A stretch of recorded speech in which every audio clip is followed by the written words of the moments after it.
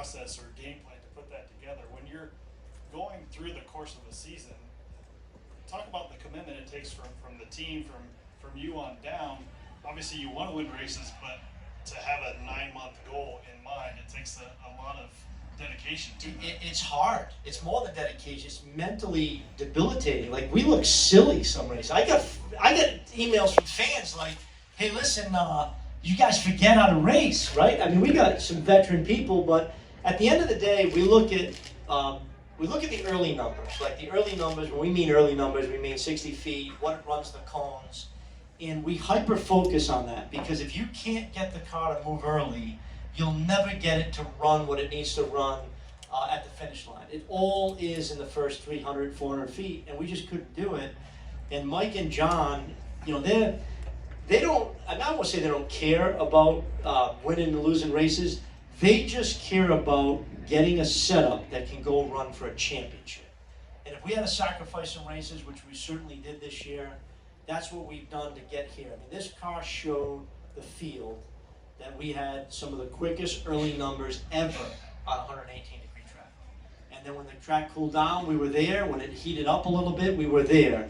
And it's exciting for me as a driver because, you know, it gets difficult to put all this in and lose first round and see the Heights and the Hagens go out there running numbers, and we're struggling, right? And it's not a lack of knowledge. What we are challenged with, and all of these teams out there challenged with, primarily is the inconsistency of clutch discs, right? So they're not the same. You know, the motor we can make the same, the cylinder heads we can make the same, the blowers we can make the same, but the clutch discs are never the same.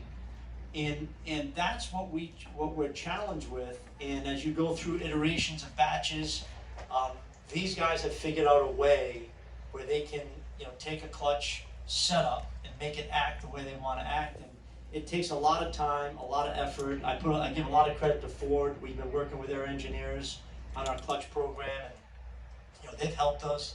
You know, I joked this weekend, I said, I think they put Ford Autopilot in the car. I'm telling you right now, I mean this very humbly, there were runs today, they didn't need Bob Tasca in the car.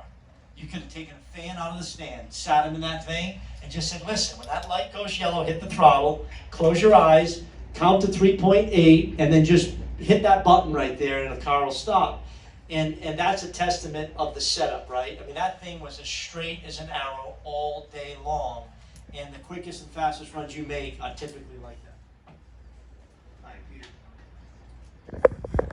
It's on. My check. Yeah, yep. It's Peter with President France. It was a quick question. So, 3 finals in a row.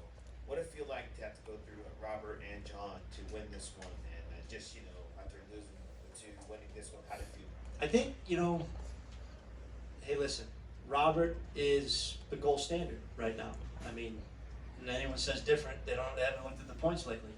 I don't think I beat the guy in 3 years, right? So, you know, mentally in Norwalk and Denver, you know, he had the upper hand.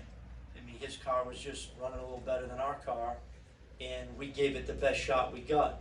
Here, we had the upper hand, and he knew it, and Proc knew it, and they had to come get us.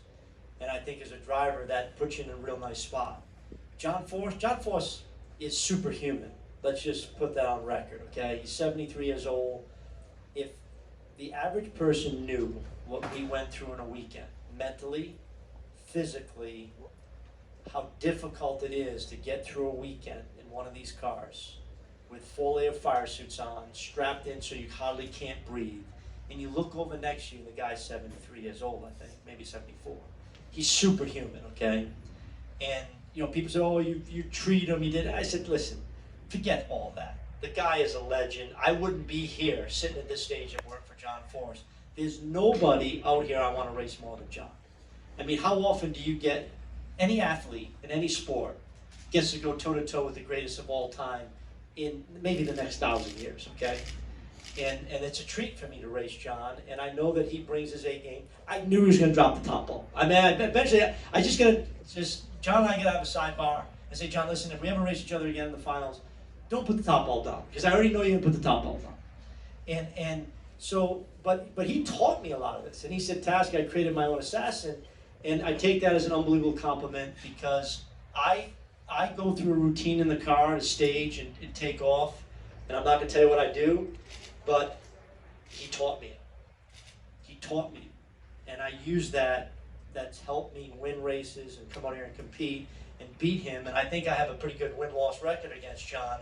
But I have the ultimate respect for what he's done, and to win against him in the finals, I did it in Bristol, I think a year ago or 2 years ago. It's pretty special.